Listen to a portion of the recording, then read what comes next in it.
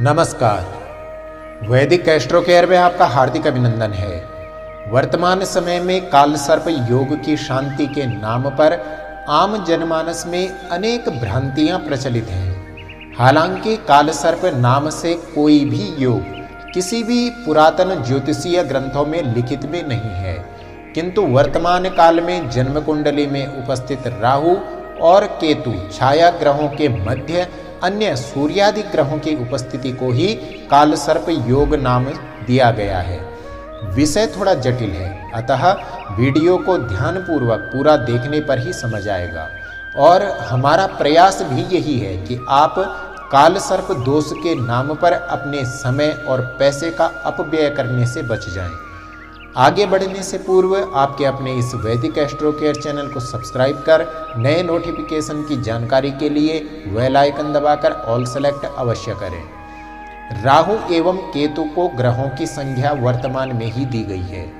पुरातन ज्योतिष शास्त्रों में 7 ग्रहों को ही माना गया है। राहु और केतु जिस राशि में स्थित हों उसी राशि उसी ग्रह के अनुसार ही इनका फल कथन है।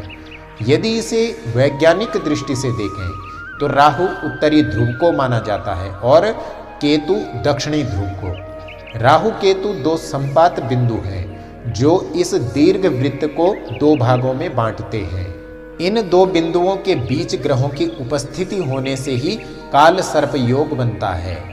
यह सभी जानते हैं कि काल सर्प योग या फिर काल सर्प दोष का कारण राहु और केतु होते हैं, लेकिन क्यों, इस बात को समझें। छाया ग्रह राहु के अधिदेवता काल एवं प्रत्यति देवता सर्प है। राहु एवं केतु दोनों ग्रहों के बीच 180 डिग्री की दूरी बनी रहती है और जब जन्म कुंडली में सारे ग्रह राहु और केतु के मध्य फंस जाते हैं तब ग्रहों की उसी स्थिति को काल सर्प योग कहते हैं।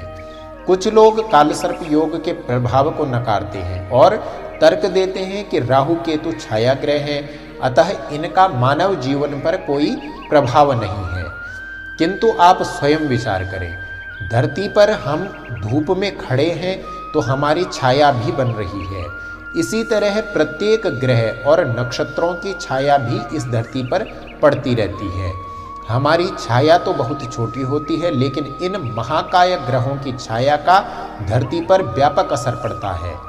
इसे हम इस प्रकार समझें, जैसे पीपल या बरगद के वृक्ष की छाया हमें शीतलता प्रदान करती है, नीम की छाया रोग का निदान करती है तथा बबूल की छाया में सोने से या बैठने से स्किन प्रॉब्लम हो सकती है।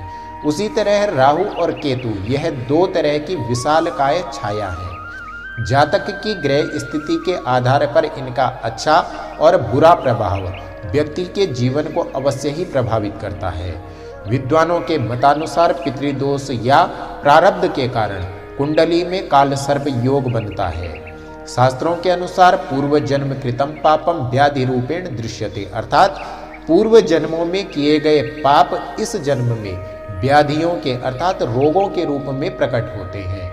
यह अनुभव के आधार पर कहा जा सकता है कि जिस किसी जातक की जन्म कुंडली में काल सर्प योग रहता है वह व्यक्ति आर्थिक, शारीरिक और मानसिक रूप से सदा पीड़ित रहता है। शिक्षा, व्यापार, नौकरी, स्वास्थ्य, विवाह, संतान आदि सभी क्षेत्रों में काल सर्प योग के कारण सदैव बाधा उत्पन्न होती ही रहती है।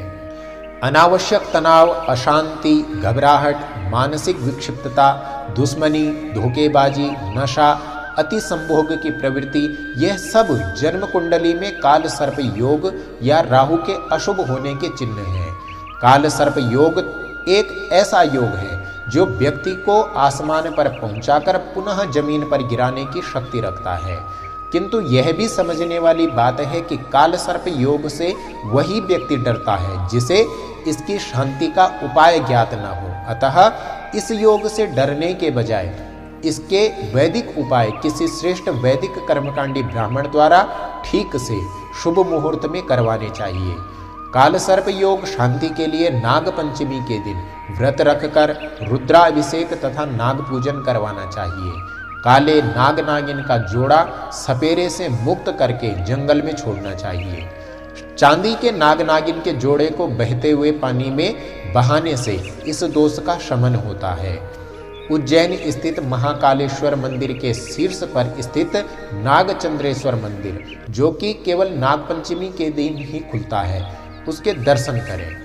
अष्टधातु या कांसे का बना नाग शिवलिंग पर चढ़ाने से भी इस दोष से मुक्ति मिलती है।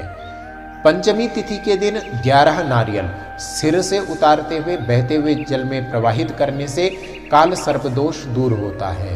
यह उपाय श्रावण माह की पंचमी अर्थात नाग पंचमी के दिन करना बहुत ही फलदायी होता है।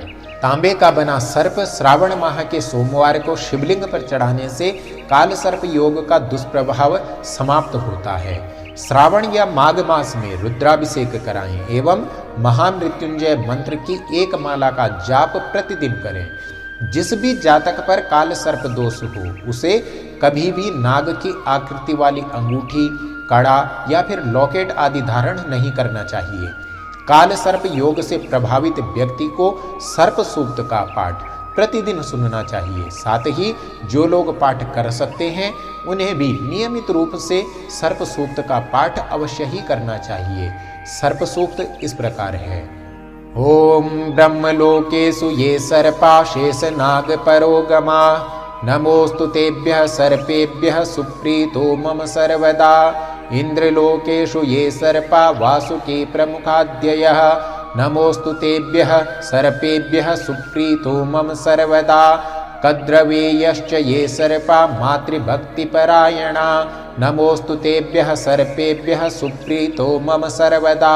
इंद्रलोकेषु ये सर्पः तक्षका प्रमुखाद्ययः, नमोस्तु तेभ्यः सर्पेभ्यः सुप्रीतो मम सर्वदा।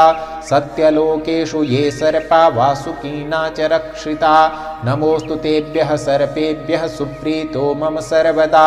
मलये चैव ये सर्पः कर्कोटक प्रमुखाद्ययः, नमोस्तु तेभ्यः सर्पेभ्यः सुप्रीतो मम सर्वदा। पृथिव्यां चैव ये सर्पा ये साकेतवासिता, नमोस्तु तेभ्यः सर्पेभ्यः सुप्रीतो मम सर्वदा। सर्वग्रामेषु ये सर्पा वसतिंषु संचिता, नमोस्तु तेभ्यः सर्पेभ्यः सुप्रीतो मम सर्वदा।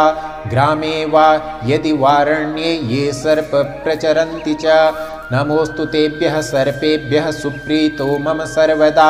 समुद्रतीरे ये सर्पा जलवासिनः, नमोस्तु तेभ्यः सर्पेभ्यः सुप्रीतो मम सर्वदा।